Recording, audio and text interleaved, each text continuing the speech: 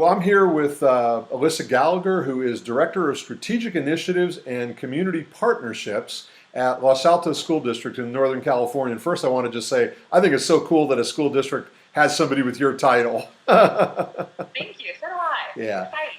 And we've chatted before, and I wanted to get a chance to record this for others to hear about some of the really creative things that you all are doing in terms of student-owned learning at Los Altos School District, and in particular, your Student EdCon. I think you had your first one, Student EdCon 13 this year, right? We did. Learning rocked and redesigned. So we had So our first one in June. So tell us a little bit about that. There are resources that on your blog site and on YouTube that people can go to, and I'll reference that, of course, along with this as a resource. But tell us a little bit about it and kind of maybe what were the goals you had when you set up this conference? Okay, sure.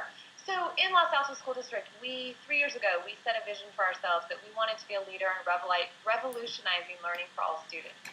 And while we've done some really incredible work over the past 3 years, it started to become very apparent that we were missing a critical voice in the room. And we really started, I think our entire admin team started to question, what do students think? Where are students in this? And how can we engage students in a meaningful way?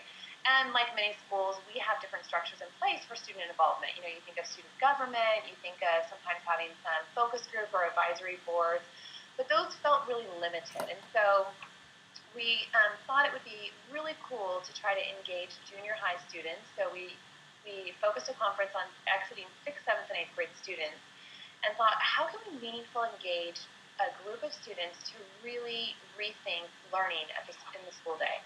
And we recognized that in doing that, we would really have to help students kind of think beyond what they may already know, because a lot of times students don't know anything different. And I think a lot of times we're really lucky that students comply with sort of playing the game of school.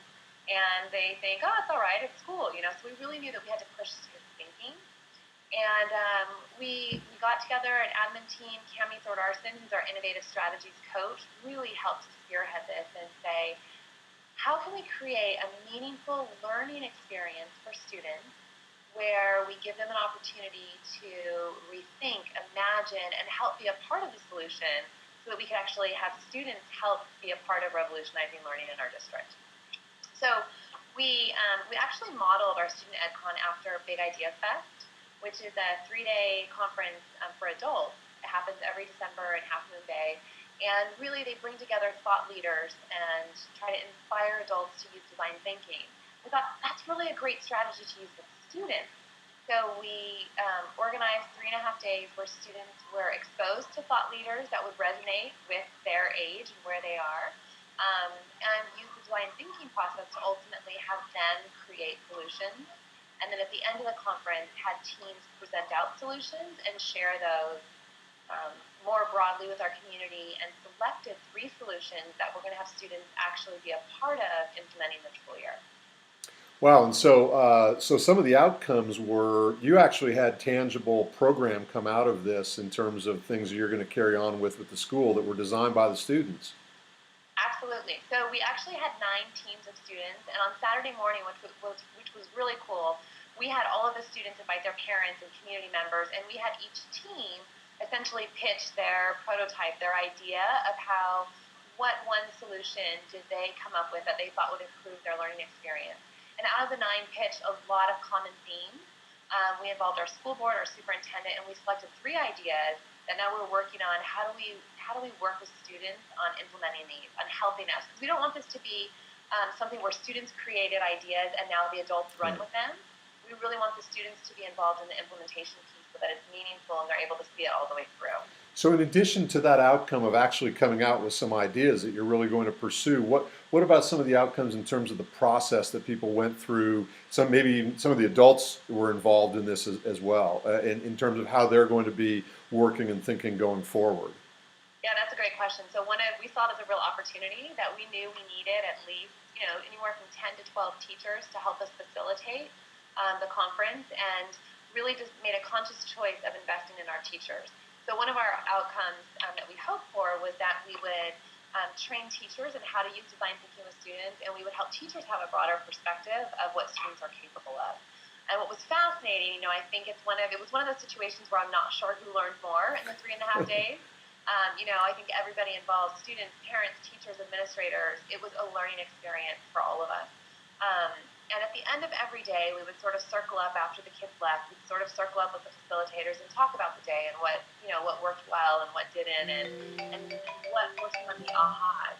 And at the end of the first day, an incredible teacher in our district sort of said to the group, I am just struck by how incredible our students are and how many good ideas they have, and wow, I'm blown away.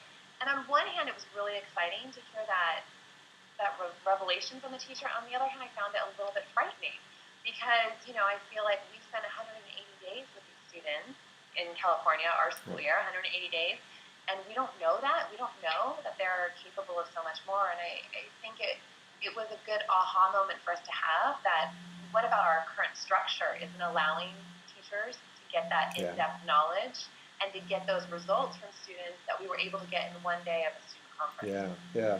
What now? Los Altos School District is a K-8 district, and you have 9 schools, right? We have 9 schools. 9 schools. So for a public district, you're medium size or small district. What could you maybe say about how other districts or other schools, maybe even larger districts, maybe with districts that may be impacted with resources, as you folks are, being in California with all the budget cuts, in terms of translating this to other venues, and if somebody else wanted to do something like this, what were some of the tips you would give them? So I would start with, what are the outcomes? What are you trying to achieve? And if it's really about involving student voice, on what level? We, because of our size, and we're 7 elementary schools and 2 junior highs, we made a conscious choice to do it as a district, but I think it could be very effective to do as a school as well. I think, in terms of budget, we actually we built a vision for what we wanted, and I think we inspired our staff, and we did it on an extremely limited budget. We actually had teachers offering to volunteer. It was only after we sort of ended up getting a sponsor that we were able to pay teachers. But we really, we did it. It was more, the work really was in the thought work and the organization. I would say financially it didn't cost us much of anything to host the conference. And do you see this as a way of getting adults and students to sort of kick off more of thinking about creativity and student-centered creativity in your school district? Was this something that you had to sort of prepare everybody for as how it fit in, or was this kind of a good match to help light a brush fire there?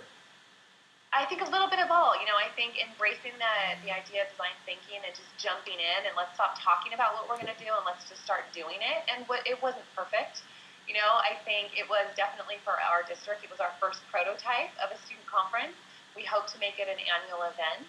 And we know that every year we'll sort of iterate and we'll improve the process for everybody involved. But I think the biggest piece of advice is just jumping in and just trying it and creating it and identifying what's the challenge that you want to engage students with. For us, it was really rethinking the school day, but we envisioned down the road that the challenge could be anything. You could get students involved rethinking a community challenge and improving some aspect of their life that's meaningful to them.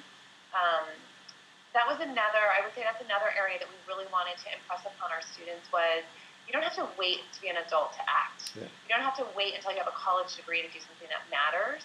What you do today matters, and you have a voice, and you have a way to positively impact those around you, and adults do care what you have to say. So that was another, kind of goal of ours. Well, that's fabulous. It's great stuff, and we're going to look forward to seeing the next iteration, Student EdCon 14, in the coming year. And those folks who hopefully have bought this book and are able to access this video are going to get a lot out of that. So I appreciate that. Appreciate the time, and